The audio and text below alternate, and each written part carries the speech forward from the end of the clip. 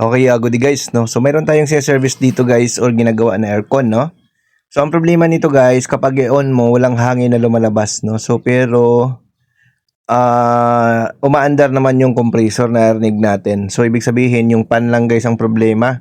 Walang hangin na lumalabas. So, ang error nito, pag matagal na, C867, no? So, ito ngayon guys ang ating solusyonan, no? Kung anong problema nito. Tingnan natin, no?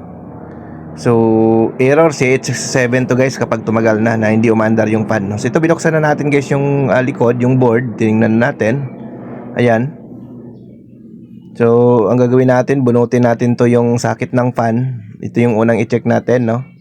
So, basic ulit, no? Simula ulit tayo sa basic, no? Tingnan natin yung resistance value ng isang fan.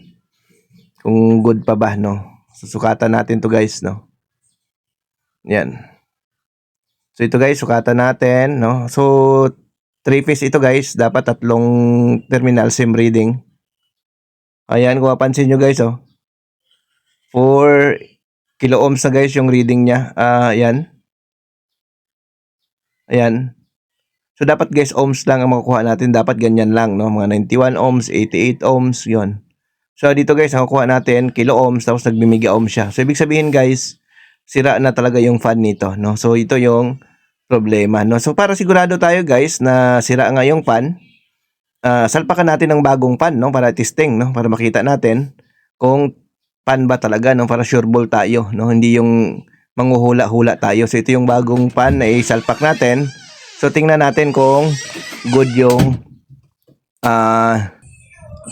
fan or fan talaga ang sira, no? So mas maganda na yung may pang testing tayo. Tingnan natin, no? Tingnan natin, so, guys. Tingin muna natin. Ikot. Saksak natin, no? Nikot ko eh. Ha? Ayan. Nikot ko lang dito. Saksak natin yung para malaman natin kung fan nga ang problema, no? Testingin natin. So, yan guys, oh. Umiikot na yan guys, oh. Yan. Yan, umiikot siya. So, ibig sabihin, confirm na fan nga ang problema, no? Doon naman sa reading kasi, no? Kitang-kita naman natin na fan talaga ang naging issue. No, so kinonfirm lang natin na fan talaga, no, para sure ball. Baka kasi sabihin ng iba, baka hindi naman fan, no. So doon sa reading naman, hindi naman nagsinungaling yung tester natin, kita naman. Then ito kinonfirm natin, nilagyan natin ng bagong fan. So okay naman, working na siya. So fan nga guys ang problema ito, no.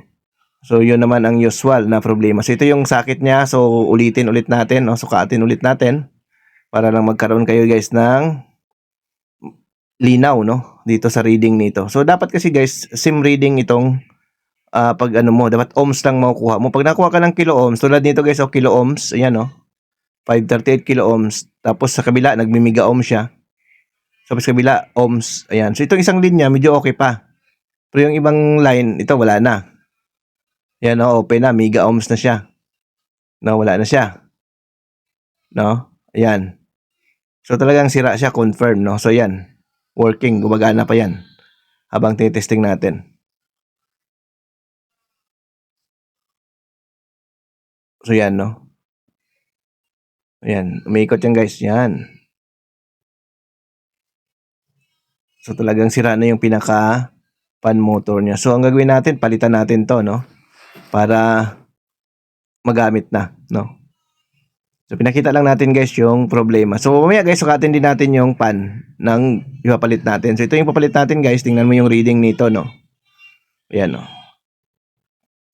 Ayan natin yung papalit natin.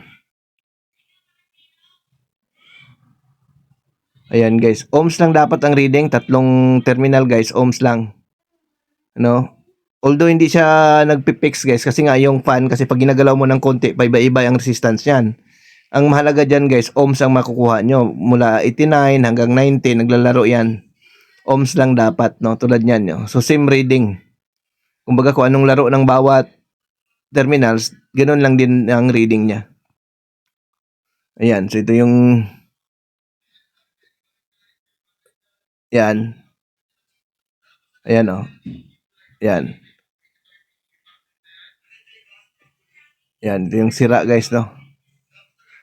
So, yun, no. So confirm naman natin, no. Ano lang natin, confirm lang natin yung good at saka bad na fan motor, no? So, tingin ko guys, ang problema nito, kaya nasira yung mga ganitong fan motor, medyo hindi na-maintain ng maayos to, no? Kasi tulad nito, nung binaklas natin, ayan guys, napakadumi, no? Baka ilang taon ito hindi nalinis, no? Kaya nasira yung fan motor. Kasi nga, hirap na hirap siya pag madumi, no? Hirap na hirap yung fan motor. Nag-overheat yan kapag madumi, no? Kaya sisirain niyo yung fan motor nyo. Kaya lagi talaga dapat pinapalinis ang isang aircon. Kasi nga, pagka madumi yan, talagang masisira yan. Okay, bye-bye.